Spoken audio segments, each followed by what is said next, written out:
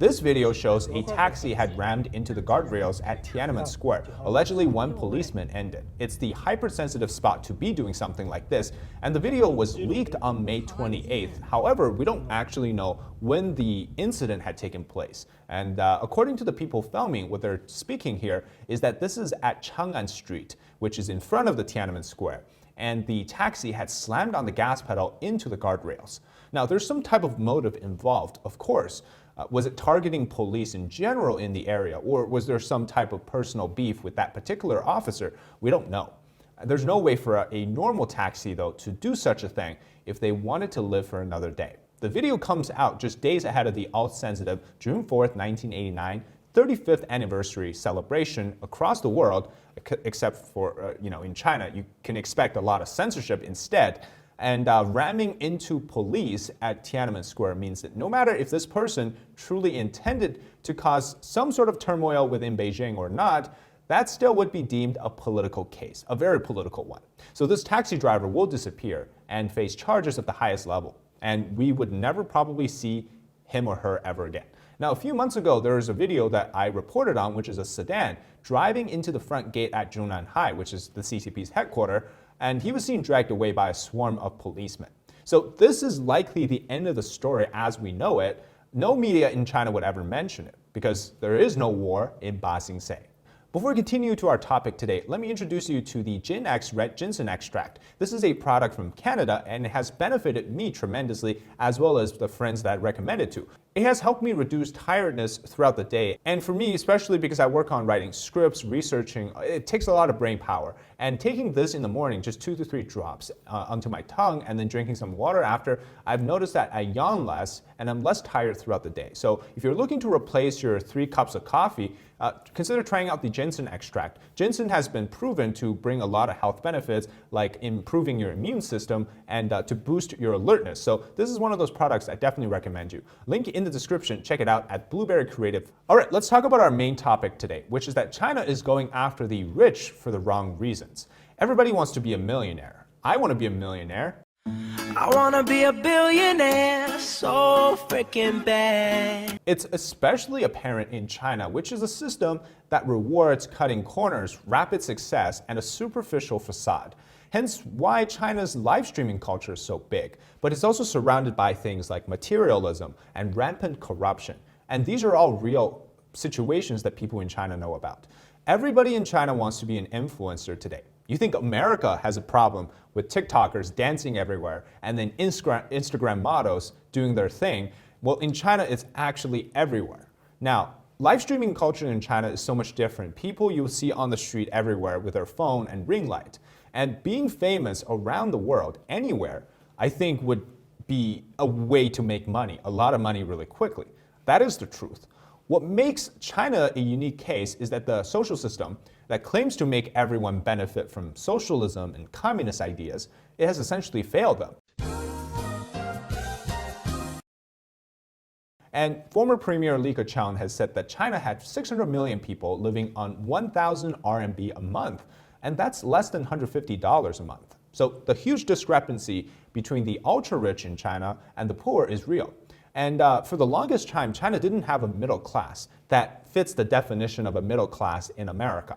And it wasn't until recent years when the economy was doing really well, of course, before COVID-19, that there was a sort of a pseudo middle class that existed in China. Of course, without many of the social security shields that other societies would offer.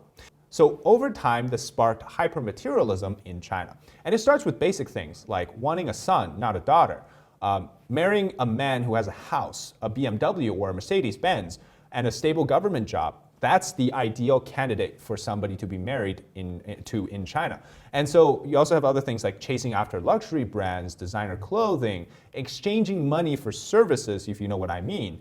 And now, I'm not saying that this materialistic idea is unique to China or that flaunting wealth is unique to China. But I'm saying here that in the unique conditions coupled with these things like materialism is what created this huge problem in China.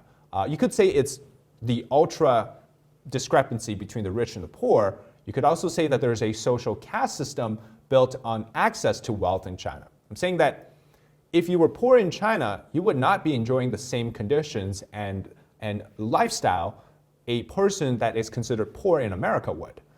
Access to things like medical services, basic food items, clothing, etc., is still available to those living sort of on the low income end in America and many Western countries. But to say that you're a poor person or a low income person in China, it exists in a whole different sort of category. And so it brewed a unique phenomenon. This mentality and desire to become rich and famous recently has actually sparked a live streamer whose name is Guo Youcai to gain popularity by growing 10 million followers within just 10 days. Now, he basically made a cover of an old song called Promise, and the song describes the hardship of life of a common person, and it really gained resonance among people in China.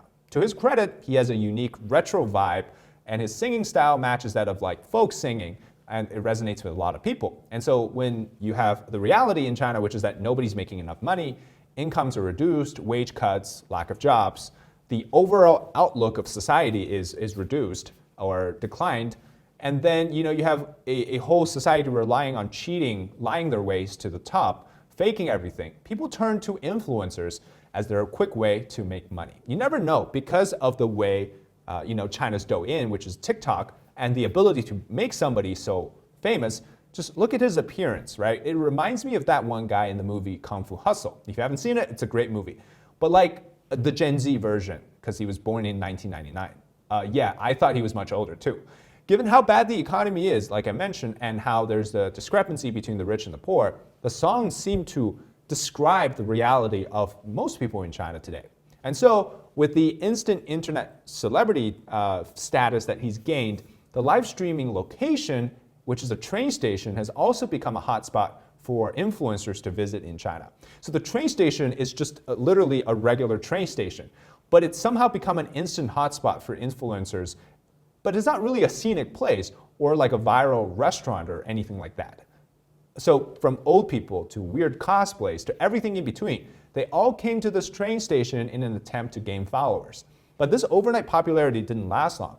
Soon the train station was abandoned for the next hotspot somewhere in China. And Guo, the singer, on the other hand, also landed in hot waters as he ran into issues with copyright because he was doing covers, and then accusations of being an industry plant. Some people accuse Guo as a tool promoted by the internet platforms. And the platform, which is Douyin this time, is Guo's biggest source of capital. Just like all the other influencers who were promoted on different platforms, their purpose is to attract traffic to the platform and to convey to regular people to say that, look, stop doing anything else and just come join the fun. You can also become an internet celebrity overnight. And so that is the effect. And here's the cause. Now, recently, the CCP seems to have decided that apparent materialism they must cease to exist in China. But if you really think about it, many of the top influencers, they're not really associated with the type of wealth that we know that's been accumulated within the party. So it's not like they're really targeting the big pie that is, the Communist Party officials and their corruption. What they're focusing on are these top influencers who are now being banned across their platforms for allegedly flaunting wealth. And so, including people like Wang Hongchuan, who is an internet celebrity with millions of fans, he's been banned for saying that he wouldn't go outside without 8 digits on his body, which he was referring to are designer clothes and jewelry prices. So, because these streamers, they're flaunting their wealth and things like Gucci and Prada, that's supposedly problematic. But apparently not the millions of dollars being laundered by CCP officials. In no way, shape, or form would the CCP ever harm its own wealth class. And so this new idea that we're somehow faced with a wealth flaunting problem in China is actually a direct reflection that they're really not targeting the root of the problem, which is the cost that's created this entire discrepancy of wealth in the first place. And so that's why the social caste system that I was mentioning really makes a lot of sense. If you think about it, sitting at the top are party elite officials and their extended red families, right? These people have power, they have money. Below them are rich people who run the mega corporations in place of the party officials. And so these two classes are untouchable. And then you actually have the daily people versus people struggles. You have people stepping over each other, fighting each other, cutting corners, faking everything just so that they can compete over that same piece of the crumbs, I guess you would say the pie, and then the crumbs from that pie. Does that make sense? If you know what I mean. But this is the only good part, right? The sad part is that the people who are not trying to be internet famous or trying to flaunt their wealth, more and more people in China are jumping off bridges and ending themselves. Now, these are just a collection of the many incidents that's happened over the past few months. There are now guards every 2-3 meters on certain bridges and guardrails installed just to prevent more people from jumping. And people, like bridges in China have literally become a spot that the police have to patrol. And that's just how things have become so bad over the last few years. The real reason the CCP is cracking down on the so-called materialistic influencing is again, not because they truly want to get rid of the corruption, but because they're out of money. And now they're going after those that aren't into the whole communist thing, like being poor together. I mean, most of China is still in that state, right? They're still in the poor state. China's economy is weak, and the gap between per capita income and the median income has widened. And so slowing that gap between the rich and the poor has worsened. And so in particular, we talked about the salary cuts or layoffs. They're increasingly making the people not feel the common prosperity, which of course Xi Jinping talked about. Now it's more like common poverty. And so you don't want all those people being influenced by the rich flaunting folks saying that, hey, go become internet famous rather than being, like a soldier to fight a war in Taiwan or to become government employees. For the past 2 to 3 years, live streaming was considered the safe space or the last bastion of internet-based economy in China because they weren't hit so hard by policies from the Chinese government. But now the latest move to control live streaming, it's going to seal the fate of the last safe place for the Chinese streams for many. Now, regulations are in place. They're also, instead of just focusing on the wealthy influencers, they're also trying to police those that gain traffic without bottom lines. And in their words, that basically means no more superficial stuff or using these sort of made up or evil ways to speculate on social topics, no more staged and fake videos, etc.